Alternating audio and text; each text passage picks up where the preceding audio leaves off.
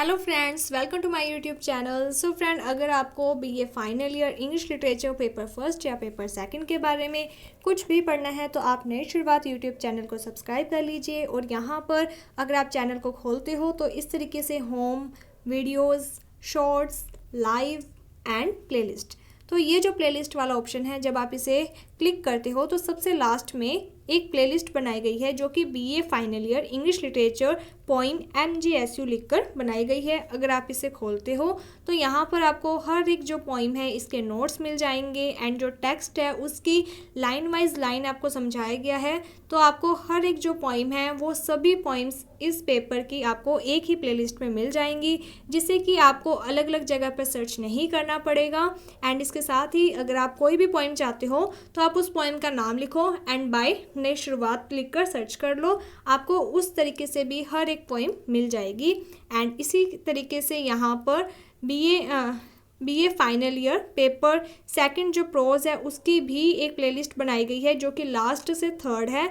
और यहाँ पर आपको जो पेपर सेकंड के जितने भी प्रोज हैं उनकी समरी प्लस जो नोट्स हैं वो यहाँ पर प्रोवाइड करवाए गए हैं और आप इसे भी देख सकते हो। सो अब हम स्टार्ट करते हैं यूनिट फर्स्ट की first and second poem. First poem का नाम है our cousin tree and second poem का नाम है इकोलॉजी। इन दोनों ही पोइम्स का जो ओवरव्यू है, जो समरी है, उसके बारे में हम इस वीडियो में डिस्कस करेंगे। अगर आपको डिटेल में पढ़ना है तो उसके लिए मैंने आपको बता दिया है। तो ये जो पोइम है ये है अवर कज़न ट्री, जिसमें टोटल 5 स्टैंजा है और जो स्टार्टिंग की 2 स्टैंजा है इसमें तोरुदत्त जो कि पोइटस है इस पोइम की, उन्होंने इस ट्री की जो ब्यूटी है उसके बारे में बताया है।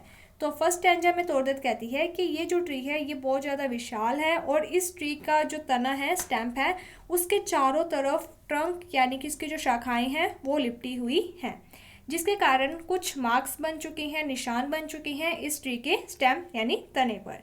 इसके साथ ही ये जो ट्री है इसकी जो शाखाएं हैं उसके ऊपर बहुत सुंदर सुंदर फ्लावर्स हैं जो कि रेड कलर के हैं।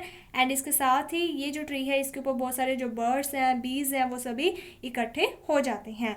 और रात को क्या है कि इस ट्री में से बहुत ज़्यादा अच्छे अच्छे यानी कि आवाज़ें सुनाई मिलती हैं। जैसे होता है ना कि पत्तियाँ, हवाएं चलती हैं तो जो ट्रीज़ की लीव्स होती हैं, पत्तियाँ होती हैं, वो हिलती हैं। उनके हिलने से जो साउंड आता है तो तोरुदत्त कहती है कि ये जो साउंड है ये ऐसा लगता है जैसे कि ये जो ट्री है वो कोई स्वीट सॉन्ग गा रहा हो। एंड इसके साथ ही जो सेकंड स्टैंजा है इसमें पोइटस है जो वो बताती हैं कि जब मैं सुबह अपने रूम की विंडो खोलती हूँ तो विंडो के सामने बगीचा है और वहीं पर ये तो जो कज़न ट्री है ये लगा हुआ है। और इस ट्री को देखकर तोरुदत्त हमेशा खुश हो जाती है। जैसे ही सुबह इस ट्री को देखती है तो उसकी जो आंखें हैं वो डिलाइटेड हो जाती हैं, यानी कि खुशी से भर जाती हैं।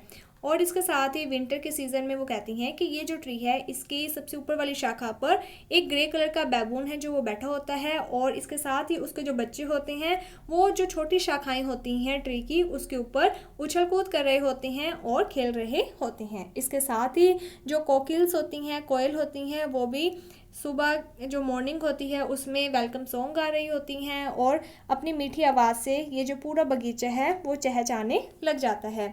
इसके साथ ही यहाँ पर ये बताती हैं कि जो स्लीपी काऊ है, यानी कि जब हम उठते हैं तो हमारी नींद में जब काउस चलती हैं और वो चराने के लिए जाती हैं। एंड इसके साथ ही और जो पेड़ है उसकी जो शैडो है और उसके जो नीचे क्या है कि बहुत यानी कि इसकी जो शैडो है वो बहुत ज़्यादा विशाल होती है और वहाँ पर वाटर लिलीज़ के फ्लावर्स हैं जो कि उगे हुए हैं पेड़ के नीचे और ऐसा लगता है जैसे कि स्नो गिरी हुई हो। इसके बाद जो थर्ड स्टैंजा है ये सबसे इंपॉर्टेंट है। और अगर आपका जो सेक्शन बी में आप देखते हो तो पार्ट फर्स्ट में 3 स्टैंजास आती हैं, जिसमें से एक स्टैंजा ये वाली हो सकती है क्योंकि इस पॉइंट से रिलेटेड 2 ही स्टैंजा इंपॉर्टेंट है, एक है ये वाली थर्ड स्टैंजा। इसमें क्या होता है कि ये बताती हैं कि ये ट्री मेरे लिए इसलिए इम्पोर्टेंट नहीं है कि ये बहुत ज़्यादा सुंदर है, विशाल है, ये बात तो है, लेकिन इसके साथ जो सबसे इम्पोर्टेंट बात है जिसके लिए ये ट्री मेरे को बहुत ज़्यादा डियर है, बहुत ज़्यादा प्रिय है, उसका मेन रीज़न क्या है कि इस ट्री के साथ मेरी बहुत सारी यादें जुड़ी हुई हैं। तो तोरुदत्त है जो वो क्या होता है कि पहले कलकत्ता में रहती थी बचपन में और इनके एक भाई और एक सिस्टर हुआ करती थी और उनकी डेथ हो जाती है। तो तोरुदत्त कहती है कि मैं अपने ब्रदर एंड सिस्टर के साथ बचपन में इसी ट्री के नीचे खेला करती थी, जिसके कारण मेरे जो ब्रदर एंड सिस्टर के साथ मेरी जो यादें हैं वो इस ट्री के साथ जुड़ी हुई हैं। इसीलिए ये जो ट्री है वो मुझे और मेरे यानी कि जो मेरी सोल है, मेरी जो आत्मा है, उसको बहुत ज़्यादा डियर है। और इसके साथ ही ये कहती है कि ये जो ट्री है ना, यहाँ से क्या है कि मुझे कुछ मरमर की आवाज़ें सुनाई देती हैं। ऐसा लगता है कि शायद ये जो ट्री है ये भी लैमेंट बना रहा है मेरे ब्रदर एंड सिस्टर की डेथ पर। और ये जो लैमेंट का साउंड है, ये सोचती है कि ट्री इसलिए गा रहा होता है कि उसको ये होप होती है कि शायद ये जो लैमेंट है वो उसके जो डेड ब्रदर एंड सिस्टर है वहाँ तक पहुँच सके।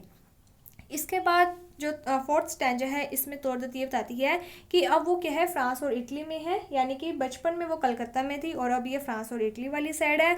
और ये कहती है कि जब मैं सी शोर के पास खड़ी हूँ तो मैं मुझे यानी कि वो जो ट्री का जो लेमन था, जो सॉन्ग है, वो मुझे यहाँ पर भी सुनाई देता है। भाई मैं इतनी दूर हूँ फिर भी क्या है कि मुझे वो सॉन्ग सुनाई देता है।